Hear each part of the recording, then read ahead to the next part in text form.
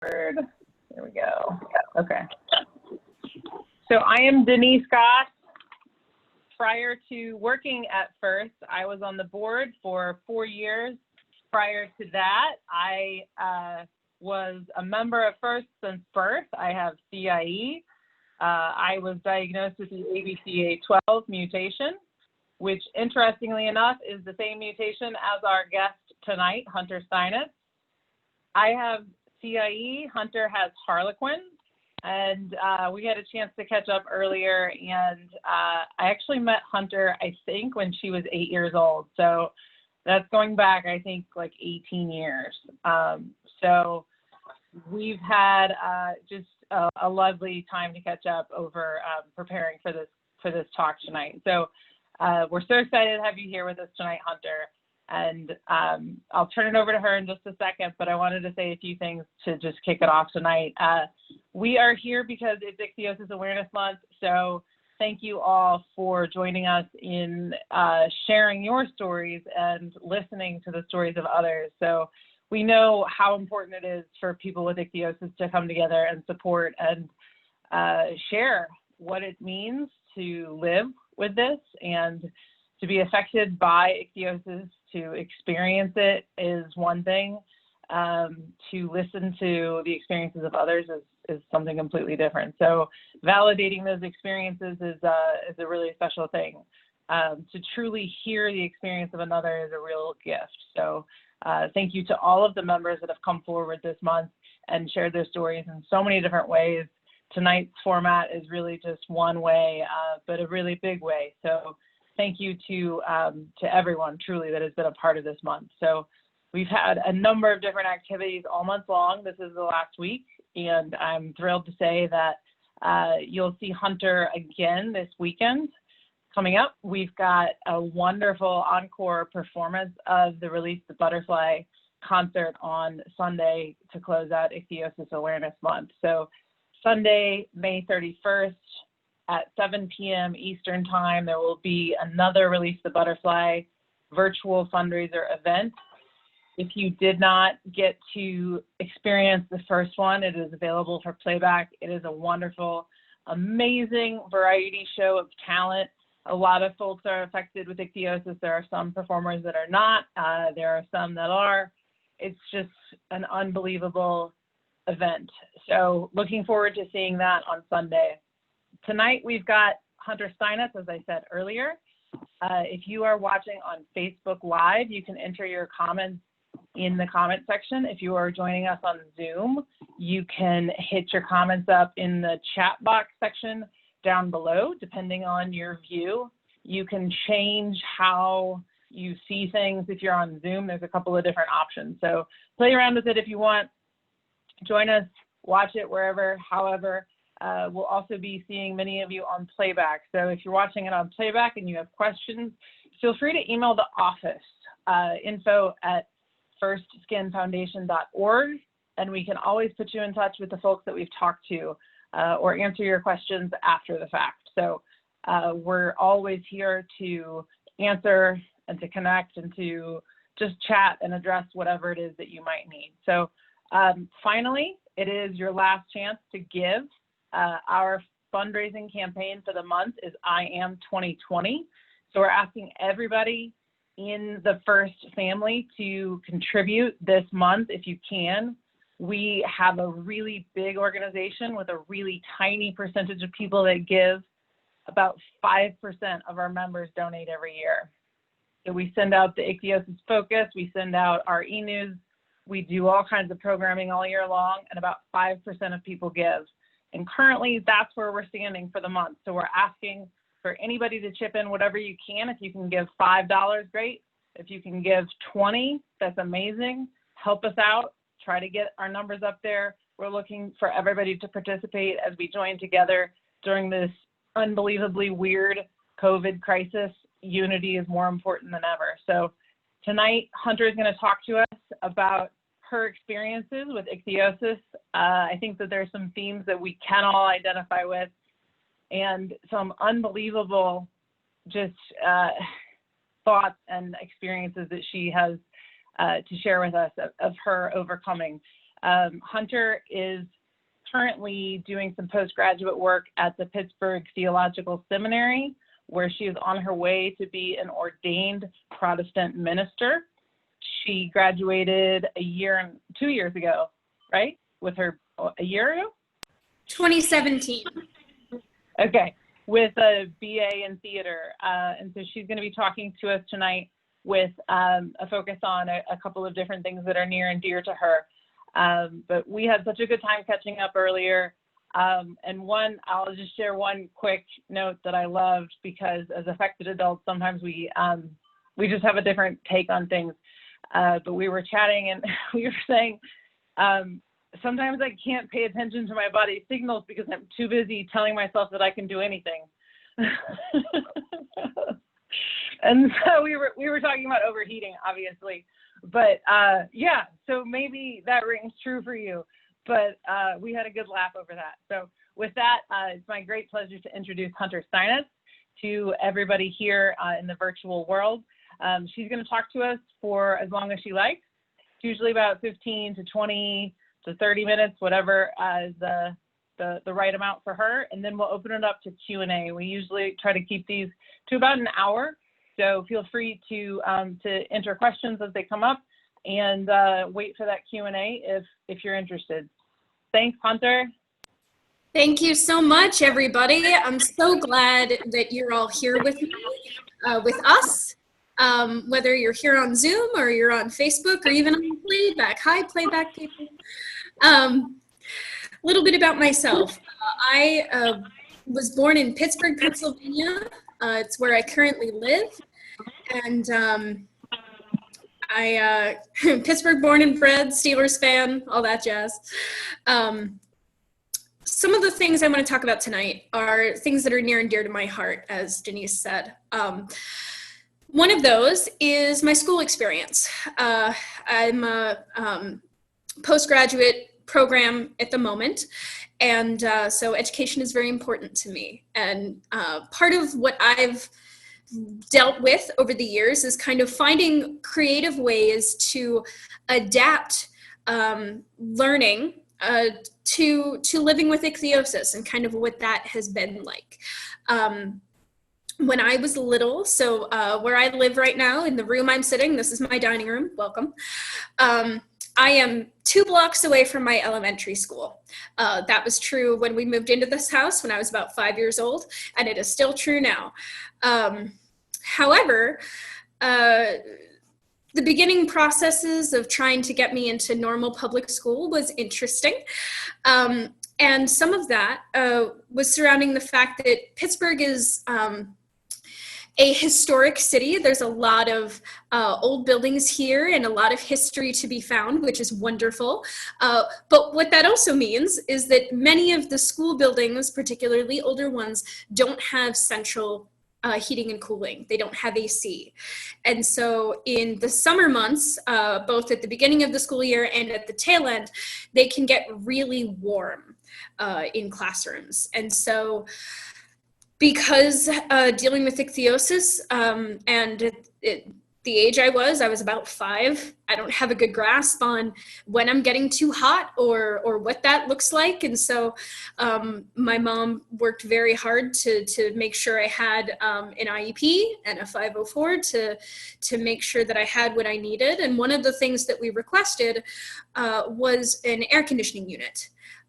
Just like a window AC unit to go in like a corner of a classroom so that if I ever got too hot, I would have a place to go. Now, Pittsburgh Public Schools, bless them, they try. And they were not too keen on this particular request. They wanted instead to put me on a bus and send me to a different school that was across the city, that was not in my neighborhood. And I would have been attending classes with kids who were not close to me. I wouldn't be able to have like sleepovers and go over to a friend's house and have like the kind of normal social interactions that you have when you're going to school, you know, close to where you live. And so my mom was very not happy with that. My mother was also a Pittsburgh police officer. You did not mess with her. So when it appeared that the district was not going to play nice, Mom needed a simple phrase.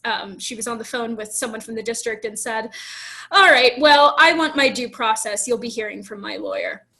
And immediately, the tone on the phone changed, and, "Oh, that won't be necessary, Mrs. Steinitz. We can work something out." And so they did. And anyone who has ever been in, oh gosh, I don't remember what the room number was. I think it was like 302 or something, whatever the room number was. Anyone who's ever been in that classroom has me to thank for the giant air conditioning unit that serves literally one classroom in this building. And that was kind of the beginning of the school accommodations road. So hit the ground running in that respect. And that was something that I saw bits and pieces of growing up. I wasn't super involved with that incident in particular. That story has kind of been retold to me a number of times throughout the years, because I don't really remember when I was 5 very well. But I remember going to IEP meetings, and I remember talking with teachers and needing to make adjustments about leaving the classroom to go and put lotion on, and being able to say, "Hey, I'm getting a little too warm, I need to sit down," and those sorts of things. It got a lot easier as I got older and kind of got to know my body and what signals worked for me, as far as when I knew that I was getting overheated and I needed to take a break. Some teachers were more accommodating than others.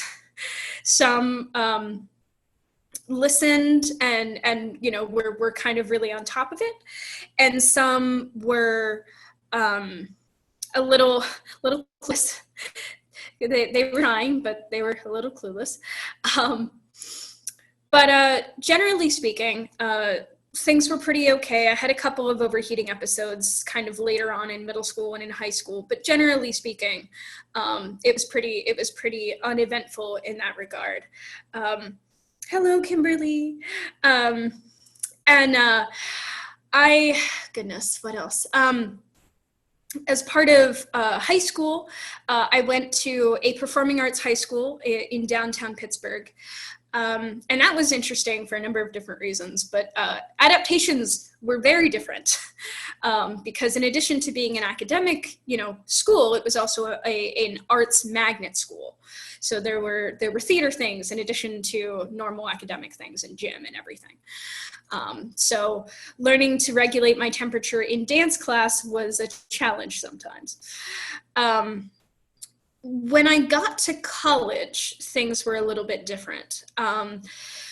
Going up through middle school and high school even, I had official paperwork that kind of detailed all the things that I needed. And so I just I didn't have to do anything. It got handed, down the pipeline of school counselors and important, principals and things. And I didn't really have to mess with it. In college, that's a different story. One of the first things when I made the decision that I was going to go to college was if I was going to live on campus and what that was going to look like, because I wasn't really sure. One of the things that I found was that I needed to be very open about what I needed. Doing laundry with ichthyosis can be challenging sometimes. Aquaphor and lotion and skin just kind of gets in your clothes and can make a mess of your clothes. My clothes are very used to it. I don't want to force the rest of the people in my dorm to be used to it too. So I had to kind of be open about, I kind of need my own washer and dryer separate from everyone else. I can have a roommate. I'm not opposed to that, but I would be more comfortable if they were, aware that they were adopting someone into their living space that kind of leaves a bit of a skin trail with them wherever they go. And so to sort of, I was very blessed. I went to Westminster College in New Wilmington, Pennsylvania, which is a little Amish town in the middle of nowhere. It's beautiful. And they were so willing to kind of meet me where I was at. And they gave me a private dorm. I did not pay the private price, but I got a private room with a bathroom with a bathtub attached. That was the other thing that I made sure they were very aware of, which was I need to soak in a tub in order to bathe. A shower doesn't really do it for me. And so they were able to accommodate me with that as well. Thank God. Now, other than living arrangements, I personally don't need a whole lot of academic adaptations. You know, occasionally the only thing that's come up now that I'm in postgrad is much of the stuff we're doing is written and it's long form. And some of my professors, when we go into it, for example, a midterm exam or a final exam, will have written essays that we have to do in a 3-hour time span. And sometimes you can get like 6 essays in 3 hours, which sounds like a lot, but it's not. But that can get a little much on the wrist and on the hands, kind of gripping like that for that long. So what I have done is I've gone to them and I've said, hey, you know, is it okay if I type these answers instead? I'll go into a separate room and, you know, do it in a Word document or something and then email that. And I've done that before and that's been very helpful. And I'd be more than happy to answer any questions about school and what those accommodations look like and that kind of stuff in the Q&A. Something else that I wanted to talk about that is a little bit similar and also slightly different is I wanted to share a little bit of my mental health journey. It's kind of a frequent thing. Going through the world, when you look a little bit different, you have to kind of see the world through a different lens. And that also means that the world sees you. So growing up, Mom and Dad were very insistent that I learn to educate others myself. And that I go and be able to speak for myself. So from the moment I could walk and talk and say Harlequin Ichthyosis at the same time, they had me kind of going out whenever we would be at a restaurant or something and they would notice someone, you know, glancing maybe a little too long. Mom would kind of, you know, poke me on the shoulder and go, hey, Hunter, see those people over there? They wanna know why you're red. Go talk to them. And so little, you know, 6-year-old me would walk up, hi, I'm Hunter, and would share the fact that I have Harlequin Ichthyosis and, you know, this is me and all that stuff. And when you're a kid, that's adorable. When you get older, that can be a little creepy. So learning that adjustment has been a bit of a challenge. I think for those of you who don't know, my life journey has been interesting. My mom, who I've talked about a bit already, her name is Patty. She passed away in October of 2011. And so it's just me and Dad and my sister now. But we're still a very close-knit family. But that loss hit me hard. And that mixed with you know, just kind of going through life, being vibrantly a different color. It was a challenge going through the end of high school and the beginning of college. But I was very fortunate to have people who kind of checked in on me, even when I didn't want to be checked in on. And something that I found very helpful was taking advantage. Westminster had a free mental health professional available for students if they upon request, and that was a godsend. She is probably one of the reasons why I actually finished my capstone project, because without her, I don't think I would have been sane enough. But taking advantage of the resources that were around me and kind of the encouragement of people around me was really helpful in kind of getting through those tougher patches. And even now, I am much better than I was then, but I still struggle. As Denise said, I'm in seminary, meaning I'm kind of going into a bit of a spiritual vocation. So spirituality and meditation and spending time just kind of, you know, breathing the existence of the universe is one of the things that kind of gives me life. But sometimes singing absurdly loud music in the tub is also one of the things that helps get those things out of my system. And also, you know, I still talk with a therapist on a weekly basis, and I take medication to help regulate my depression and anxiety. And all of those things were a journey to get to. And even now, sitting here, you know, in May of 2020, I still have good days and I still have iffy days. But both days hold equal weight. One of the things that I find really helpful is that, you know, it's been a while with everything going on since I've actually left the house to go somewhere. But sometimes, you know, whenever I go out with Dad and things are a little rough and I'm noticing the stares, I'll say something to him about it. And he kind of, you know, he listens and he takes that in and recognizes that it's okay to notice and feel these things. It's what you do with it that's the important thing. So that's kind of the spiel that I had prepared. If folks have questions or want to know about me, I can tell you a bit of my hobbies while you're thinking of questions. I am a total theater junkie. For those of you who missed it before, yes, this is a Hamilton mug, and yes, I am proud of it. I am also a huge nerd.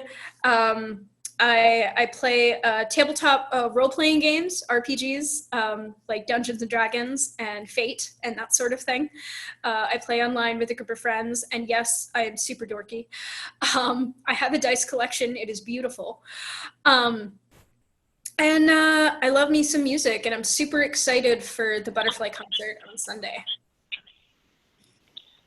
Hunter, I was hoping you could tell us a little bit about your thoughts around the transition between the parent advocating for the child and then the child advocating for herself.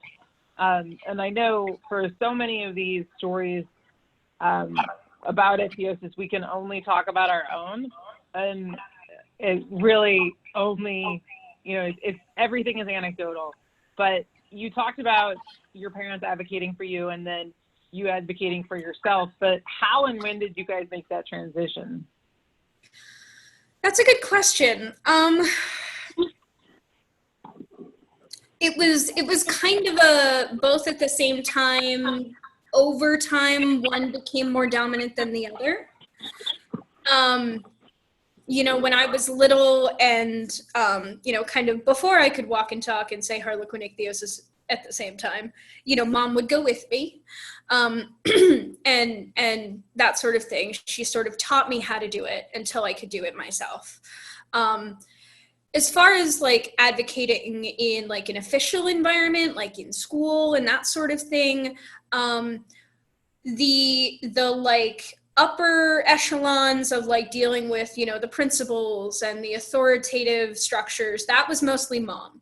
But when it came to dealing with teachers, I know to a certain extent, Mom had some conversations with teachers if, like, say, I had tried to be like, hey, I need to leave class, you know, twice a day to go lotion up. And they, you know, if they fight me on it, then they would be hearing from my mother. But generally speaking, from early on, they were very much, you know, if you can name what you need, name it to those who can do something about it. And it was kind of very much, you know, you'll deal with the levels you can deal with, and we'll deal with what you can't, kind of thing. And sometimes those crossed over. I know when I was in middle school, and middle school is rough for everybody. I think humanity has just agreed that middle school is when everybody is terrible to each other. Not saying it should be that way. That's just a fairly common experience. But middle school was kind of where some of that overlap happened a lot. I had a lot of difficulty with my peers, and I would go to the teachers about it, and I would go to the principal about it, and nothing would happen. And I would, be like, so-and-so did this just now in this class. You were here. And they would say, oh, well, talk to the principal about it and we'll deal with it. And the ball kept getting kicked to someone else until eventually it wound up on the principal's desk, and the pile on the principal's desk kept stacking until eventually mom said, okay, enough is enough. You need to do something. And so it was kind of always a mixture of them and me, but just sort of over time and as kind of as mom both retreated in order to let me shine further, and also as she got sick, I sort of had to learn how to do it myself, even in kind of a high school capacity. There were some IEP meetings that I led because mom couldn't be there. So it's a bit of back and forth on my end, but everyone's experience is a little different, and every person is a little bit different. I'm a theater kid. I never really had problems getting up and talking in front of people. So going to someone and saying, hey, I need this was never really a problem. But that can be a barrier for some people. So knowing what you're comfortable with doing and kind of where you can push yourself and grow, it's a journey for everybody. I just happen to, have a few do not pass go things.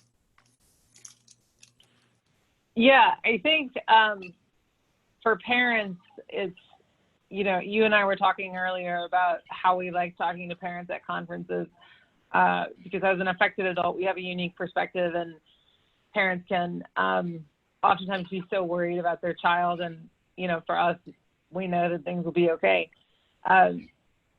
Teenagers always have boundaries to negotiate with their parents, and some things are negotiable and some things are not at all. And ichthyosis is it's part of who we are, right? Like, it's not a phase. And we are, as you said so well earlier, we are whole people, and we have to know how to deal with our ichthyosis for the rest of our lives. And I'm one of 5 kids, 4 of us have ichthyosis, and I've said countless times before that we all have different relationships with our individual ichthyosis. And I was on a call with affected kids a couple of weeks ago, and one of the kids shared that he was so sad that the conference got canceled because he had never met anybody with ichthyosis before, he had, but not his kind. And I said, well, I have 3 siblings with my kind, but guess what? None of them experience it the same way as I do. And so it's, a roundabout way of saying, like, we all have different experiences, but a teenager is going to have to negotiate those things for themselves and have those difficult conversations with teachers about, maybe bullying because they have glasses, or because whatever limitations they have. And for us, it might be because we're red, or because we can't run during PE, or whatever it might be, because we leave skin on chairs. And so it's just a factor of our lives that we as teenagers do have to get used to. And I think for a lot of us, it's a matter of owning it and being authentic to who we are. Absolutely. And I think part of owning it is knowing how you fit, forgive the pun, in your skin. Right. Knowing, and not just necessarily knowing your body's like tells and things, because that's a process that I'm 25 and I'm still learning my body's tips and quirks and cues for various things. So you learn new things about yourself all the time, but I think knowing not only what you need and being able to vocalize it, but also knowing what fills you, what brings you, what lightens that weight off your shoulders and what lets you let go of inhibition for a bit and just be. I know for me, that can be anything from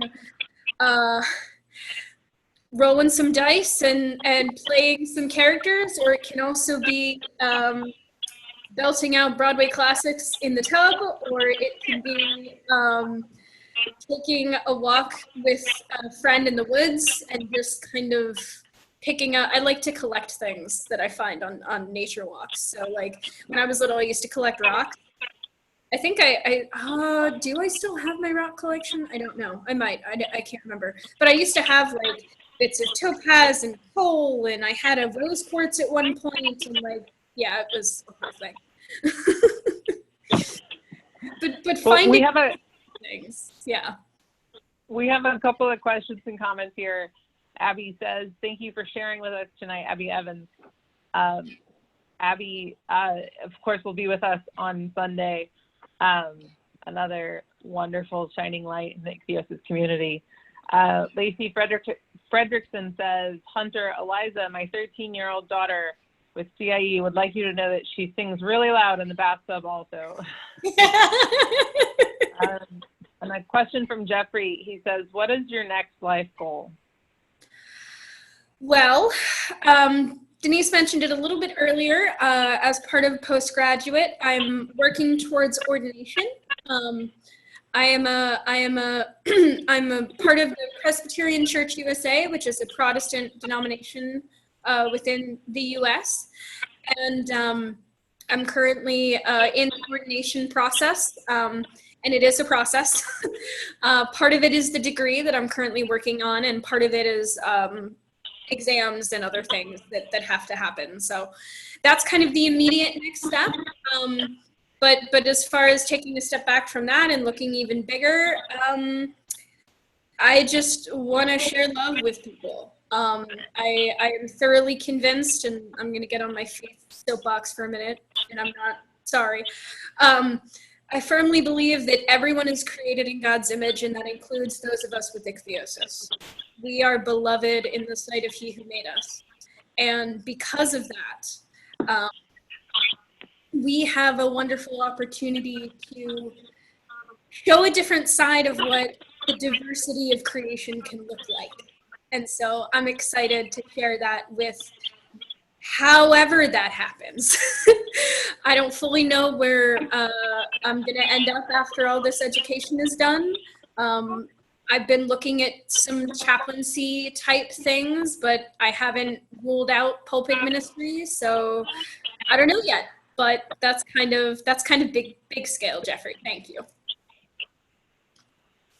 You said chaplaincy? Yes, chaplaincy. Okay. Just wanted to make sure I heard that correctly. Yes. Awesome. Yeah. So we have a question from Lauren Hamill. She says, "I was wondering, when you got older, how did you deal with little kids? When I get shy around them for no reason, I hide behind my mom and just pretend I'm on my phone. Ha ha." Miss you, girl. Miss you too, Lauren. Love you, bae. That's a very good question. I think one of the things that I've found with kids is they're genuinely just curious. They just want to know why you look the way you do. I had an interaction with a little boy at one point who just kind of, "Why are you red?" And I looked at him and I said, "Because I was born red, just like you were born with brown hair." And he goes, "Oh, okay." And you know, the conversation changed. It doesn't require a whole lot of the, really high, difficult language and conversation. Just, I was born this way, and that tends to satisfy most kids. enough at least that you can be like, oh, I like your something they're wearing, something they're playing with, something, that you can both talk about and make friendship over, that doesn't necessarily have to do with your skin. I totally agree, and I usually use the hair thing too. They get it right away. They, for some reason, it's crystal clear for them. I teach children's yoga, and it's funny because the first class, they want to know, they want to ask questions, and it's always so interesting because I teach children and adults, and kids, it takes one class and then they're over it and they stop looking, they stop staring, they stop asking questions. I can touch them, it's no big deal. It's complete acceptance right away. Yep.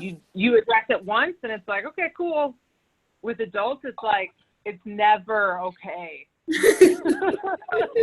And it's always like a little like, oh, like, and they like pretend that it's okay. And the kids are just curious, but like honest about it. And they truly like love it. It's funny.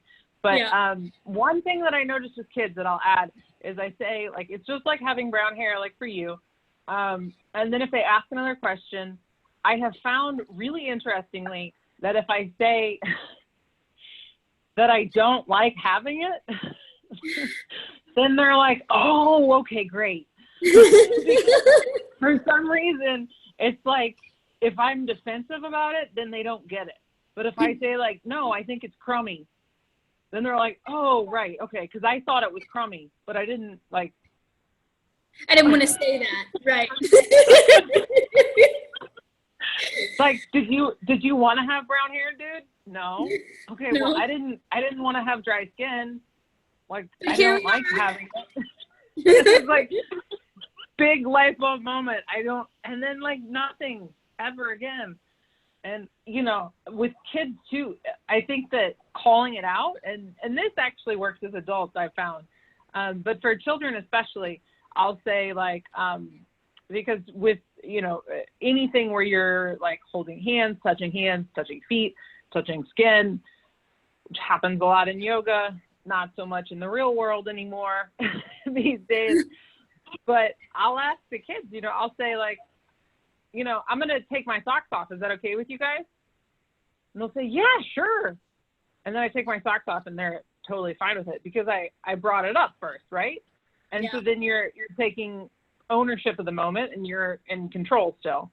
So I think that it's different for every situation and it's different for every person too. But children versus adults and then different ages, it's always interesting how to deal with it. Yeah. But like you, when I was a kid, I was like, I have congenital ichthyosiform erythroderma. I am not sunburned. Exactly. One thing I'll add too about just kind of owning the moment is that that works kind of generally across the board of like, if if you're going into a new environment, like what I used to do actually in school, believe it or not. Sorry, my eyes are a little moist at the moment. But I used to get up in front of every class that I was in, and even ones I wasn't in, and just kind of explain, my name is Hunter, and I have Harlequin ichthyosis, but, I'm a normal kid, and my guts are in normal places, and, like, I'm inside, I'm a normal person, and, I want to be your friend kind of thing. And being the first one to bring it up kind of, it takes away the I don't want to ask what I want to know kind of awkwardness of the situation, and just kind of is like, yes, let's talk about the red elephant in the room. I know it exists. Right.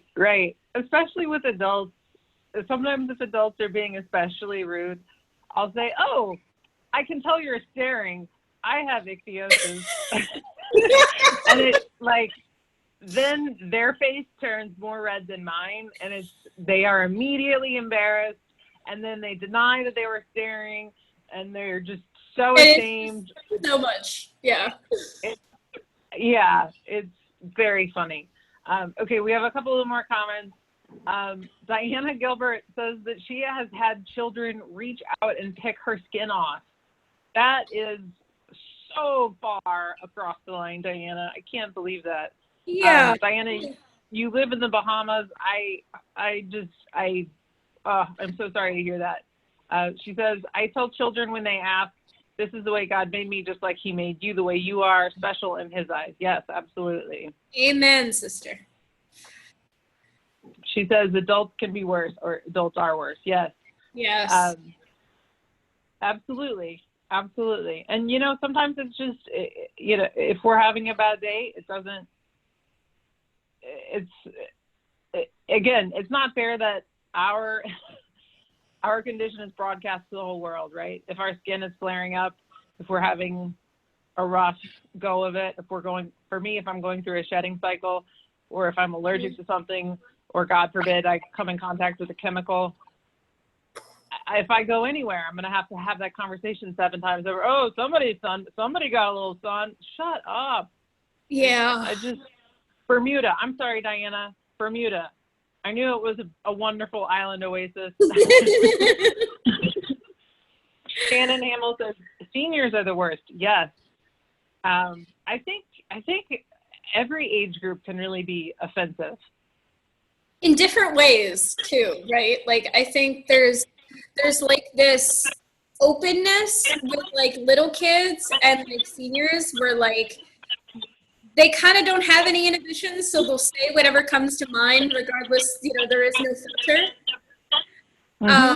But for adults who are in the middle, it's I don't want to be rude by saying something, so I'm going to stare at you as though it doesn't matter until you either do something or go away. But yeah, absolutely. So Palombita says, hi, I know we may have different kinds of ichthyosis, but I would like to know, have you experienced hearing loss because of the scales on the ears?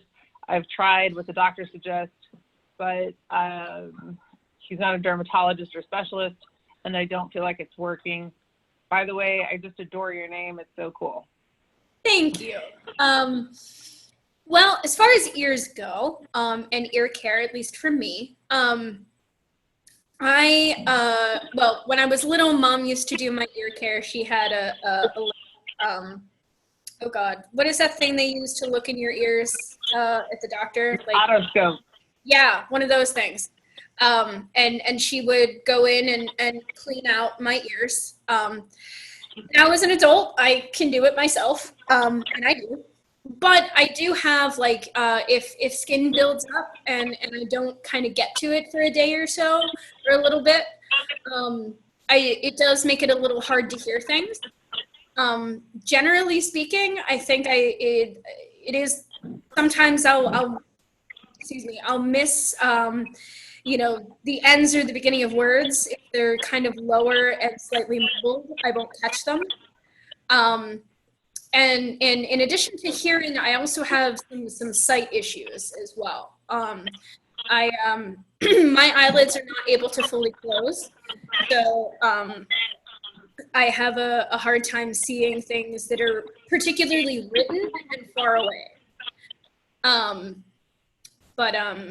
Yeah, as far as ear stuff goes, the trick that I would give, if I could give you one, would be to, if you can moisten inside your ear canal a bit and find a way to carefully kind of get that layer. It does help with hearing, because when skin builds up, it can make it harder to hear things. Do you ever play that card like as an excuse when you're a kid and you don't want to hear something? I never got that card because Mom could tell. Oh. Mom could tell if the skin in my ear was actually impeding if I could hear, or if not. Though she would always make comments, like once she got, like she would always be, this is a super ichthyosis thing. but she would be super excited, and I still get excited whenever I get my whole ear canal in one piece. Oh yeah. Well, that's really satisfying. I mean, let's be honest. Just Like, so satisfying. It's very satisfying. Yes. But she would always be like, I'll bet you can hear so much better now. And I'm like, yes. Also, you sound a lot louder. Yes. So Mark says, what were you looking forward to the most next month in Providence? Oh goodness. Well, I was looking forward to a lot of things. And I'm still looking forward to a lot of things because it's not canceled, it's just postponed next time. But generally, I love going to the conference because I love being around all my friends and meeting a bunch of new friends. It's always such a great time to both catch up with old faces that I haven't seen in, 2 years, and then to see all the new people that have been added to this growing Ichthyosis family over the years has been so absolutely incredible. One of the moments that will forever live for me and for my dad is in Indianapolis in 2014. When we turned around and there were 6 of us with Harlequin ichthyosis in one place at one time. That is the first time in human history where there have been 6 people with this particular condition in one place. And even growing up for me, I would be at the conferences. I've been going, or my family has been going to these conferences since '95. And I was always either the only person with Harlequins or there was one other person with Harlequins at any given time. And all of a sudden we turn around and there's 6 of us. And then in, I think it was Nashville, there were 7 of us. And it's amazing, not just for those of us with HI, but just the Ichthyosis family in general. Every time we go to a conference, this is the most people we've ever had at a conference because there are so many of us, and FIRST gets to connect us, and it's so awesome to just sit around and the thing about it that brings me so much joy, and there are a lot of things, is just that I love that no one there feels different. Everywhere else in our lives, we're kind of maybe the only one, or maybe us and our siblings. But at this conference, you're surrounded by people who look like you. And a story that I will share is, Denise, I told you this story already. At the conference in Nashville in 2018, I was sitting at a table. This was Thursday night before everything kind of got kicked off. And a couple of kids came up to me and they said, "Hey, do you want to come and play hide and seek with us?" Just kind of around the lobby while no one's around, kind of thing. And I said, "Sure, let me finish what I'm eating and I'll join you and we'll go play." So I did, and I went out to the hallway to see where they were. And by the time we actually got together to play, there were like 30 to 40 kids gathered to play this one game of hide and seek. Why? Because they had gone every single table and asked other kids if they wanted to play. Because I think it's kind of an unsaid rule at the conference as a kid, but everyone who's there has felt what it's been like to be left out of something. And so when you're at the conference, no one is allowed to be left out. It's like against the rules or something. So that's what I love about the conference, and what I'm missing so much right now, and what I'm super excited to get in 2021. Absolutely. I remember as a child going to the conferences, and I was already kind of sassy as a kid.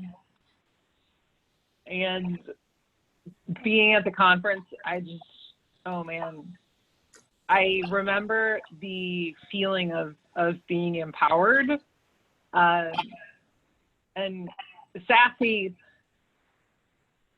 was a good thing for me because it meant that I was confident and able to advocate for myself and to articulate my story. You know, as we were saying, approaching strangers and correcting them if they are acting inappropriately or if they are making rude comments.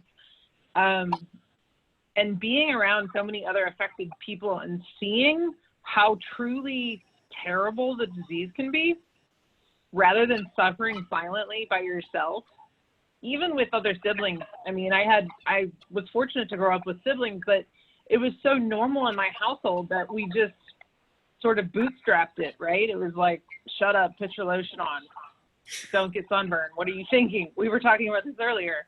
And then you go to the conference and you're reminded of the miracle that we all are and how difficult it is to deal with these things that we have, the hours that we have to spend taking care of our skin, the unbelievable tightness that we feel if we don't do it, the ridiculous amounts of time that we have to spend advocating to get a bathtub or to deal with washing machines and to just live, to have a normal existence, to get through like laundry, right?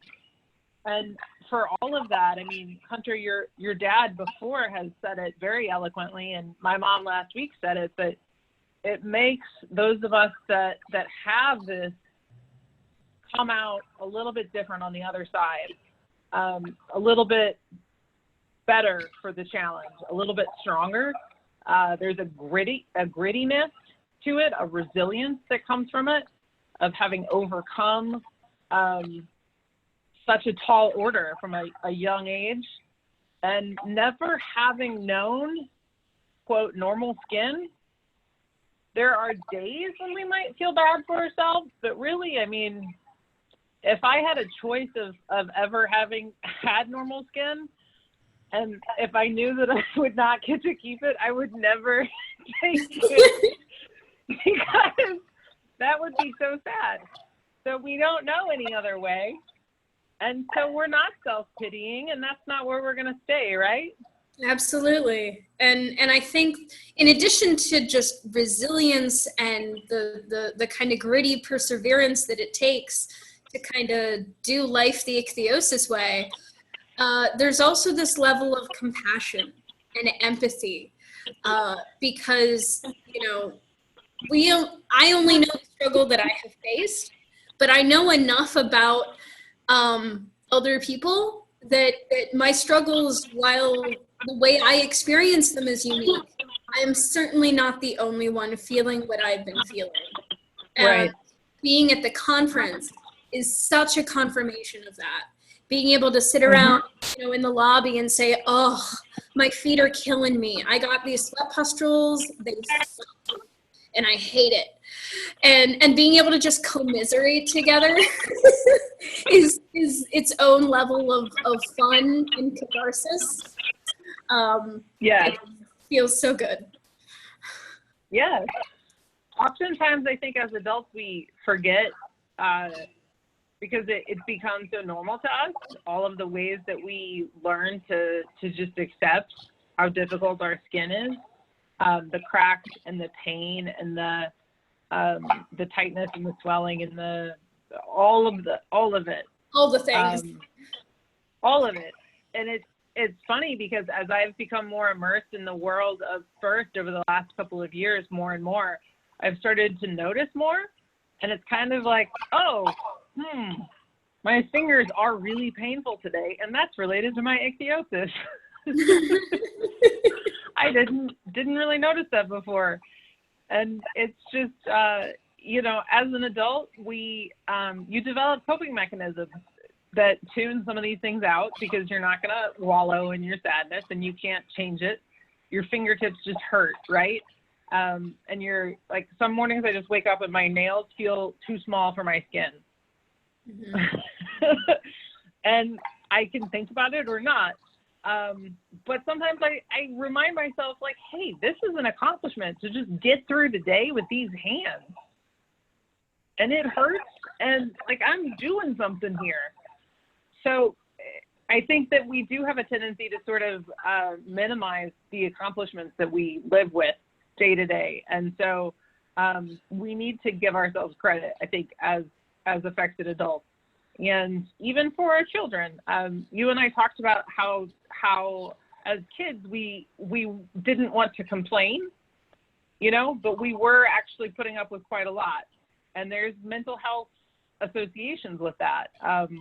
So being realistic about what it is that you're dealing with and giving credit where it's due, not too much, you know, don't put anybody up on a pedestal, but to be realistic about what literally hurts. Yeah. And to, you know, I think one of the things that I struggled with, particularly in college, more so because I learned my lesson, is that I didn't, you know, when I was busy and I was trucking and I was doing things, I didn't want to stop and listen to my body and oh, there's pain there. I wonder why. And you know, oh, my skin is not behaving. I should maybe rest a little and that kind of thing. I would always, Right. you know, I would feel guilty when I did rest. And then when I didn't and I felt crappy, I would be angry about it. And so it took so much time, and it actually took it took bronchitis for me to actually like stop and you know, learn to listen and okay, this hurts. There's a reason this hurts. Let's address it, rather than, oh, it's okay, I can chew some ibuprofen and get through it. It's fine. It's like no. Right. Like right. yeah. Well, and holding ourselves to a standard of skin performance that is like based on average skin is just, I mean, that's a cultural like norm that does not serve anyone. No. Right? Like I can't tell you how many soap ads or like lotion ads make me so angry. Right. And yet I make myself angry because I want to, you know, unload a car in 95-degree heat, and I'm mad that I can't do it. Yep. Nope. But why do I think I should, you know? Yeah. I don't know. So yes, there are limits, and it's important to observe the limits, but also to just, you know, be accepting, find acceptance where you can. Yeah, and I think you know, knowing your limits is a good thing, but I think also pushing your limits helps you grow. Absolutely.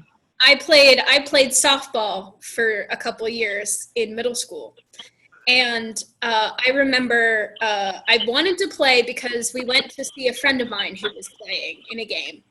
And I hung out with her in the dugout, and then I went to mom and said, I really want to play. Can I play? And I watched her face, and you could see that she so badly wanted to say no. She knew it would be so much easier to just say no and let it be. But she was like, let's talk to the coach and see what we can do. And I did play softball. Now, were there a couple times where I had to get pulled from the game to put my cooling vest on and take a breather? Yeah. Was I happy about it? No. But I was still able to participate. It just meant that I had to do practice and games a little bit differently, and I needed my coach to be understanding about that. And my coaches were amazing. God bless them. They're wonderful. But you know, there's the only and I'm gonna say this with some caveats, but the only person who says you can't is your own imagination. If you can be creative enough to find a solution, you can do it. Absolutely. So is there anything that you've come up against that that did stop you? That did. Mm-hmm. So, not as many people know this. When I was in college, I studied abroad for a few months. In the fall of 2015, I studied abroad in London. And that was an amazing experience on so many fronts. Getting to see, the UK, and I got to visit France, and I got to visit Amsterdam, and it was, beautiful and amazing. And all that is true, and I'm very grateful for that trip. There were some challenges with that trip in finding those adaptations, right? A bathtub and laundry and that kind of thing, because they do things very differently in the UK. And so doing my laundry in the UK became such an ordeal. Oh my goodness. Like, I had to soak my clothes in the bathtub the night before, pull them out, wring them out so that they were at least not dripping, stick them in a suitcase, and then take them to a laundromat where I could actually wash them. And it was like a whole thing. And sometimes, the being in the UK, the way you're getting places is not driving. You're either walking or taking public transit, because driving will take you hours to get 3 blocks. It's kind of like New York in that sense. So, there were some instances where I really wanted to go out in the town and go do things and whatnot, but my feet were telling me no. And being that it was a 20-minute walk from my apartment to the nearest metro stop, some nights I just didn't. So to an extent, there's some of that, and even now there's kind of some of that. My feet, I have issues orthopedically with my feet. They don't.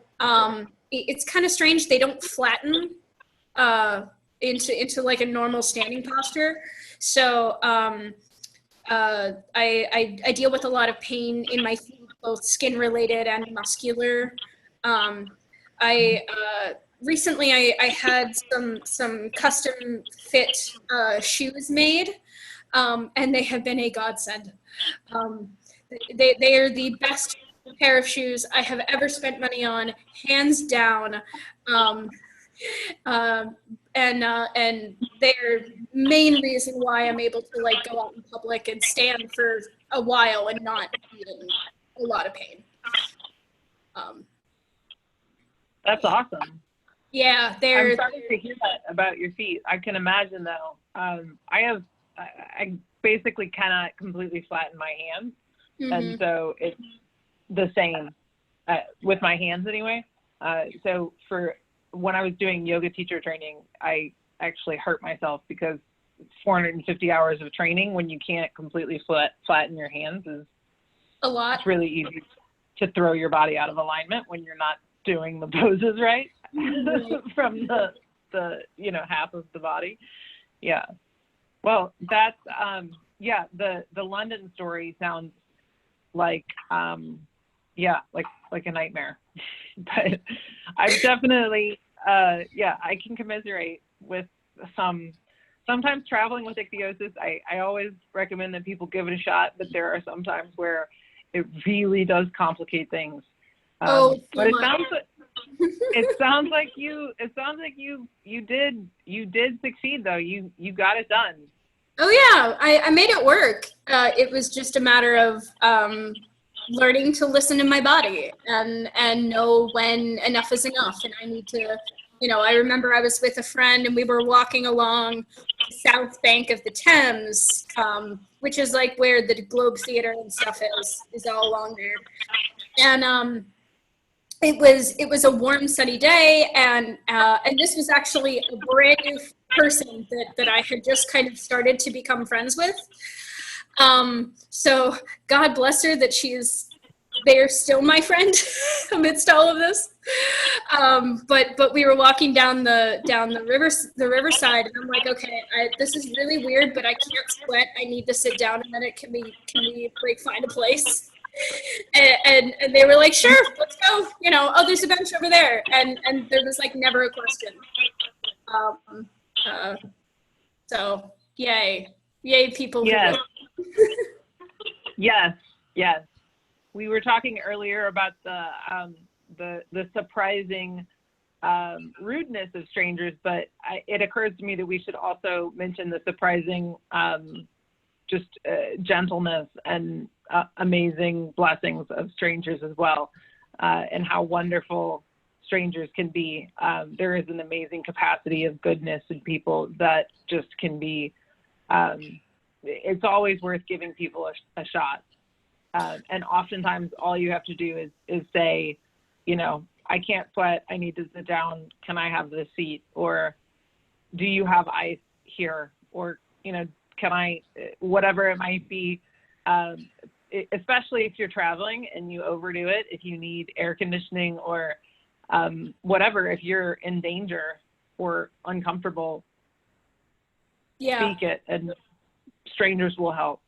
Yeah, there was a situation, Dad and I were in LA for a thing, and we were on, one of those double-decker tour buses that had no cover, and it was an August day in Los Angeles, no clouds, no rain, and we're sitting on the upper deck because you want to be able to see things, and I am like dying, like this particular story is, I think, the closest I've ever actually gotten to like straight up passing out. And by the time we got back to the station, let me frame it this way. I don't fully remember walking down the stairs of the bus. I just know that Dad like sat me down on a bench and then ran inside to get like as much bottled water as he could get. And the people were so friendly. Like, they kind of understood. They're like, okay, this is a thing. Something I will add about kindness and strangers. I was walking through downtown Pittsburgh one day, changing buses going home from my internship. And I typically, when I'm in my routine, I have my headphones on, I'm listening to music, and typically you'll look down because it's kind of really awkward if you're walking and someone is walking towards you and they're staring at you and you make eye contact, and it's just like super awkward. So instead I just kind of looked down and kept walking. And this woman, and I don't know who she was, but we passed each other, and then she called out to me, and I turned, and I took a headphone off my head, and I turned around and I said, can I help you? And she says, she looks at me and she goes, you're looking down. She said, pick your head up. You're pretty. Don't let anyone tell you different. And just turned around and kept walking. And I'm like, that's because I hadn't realized that I was looking down, it wasn't necessarily a conscious thing of I am looking down because I look down on myself kind of thing, but just like the fact that, she called attention to the fact that like I'm not looking up because I want to avoid the awkwardness of people. And, people can surprise you that way. Absolutely. All right, well, we are out of time. We are over time, actually, which I suspected might be the case. Thank you so much for sharing all of your wisdom and your just cheery sunshine. Means so much to the whole community.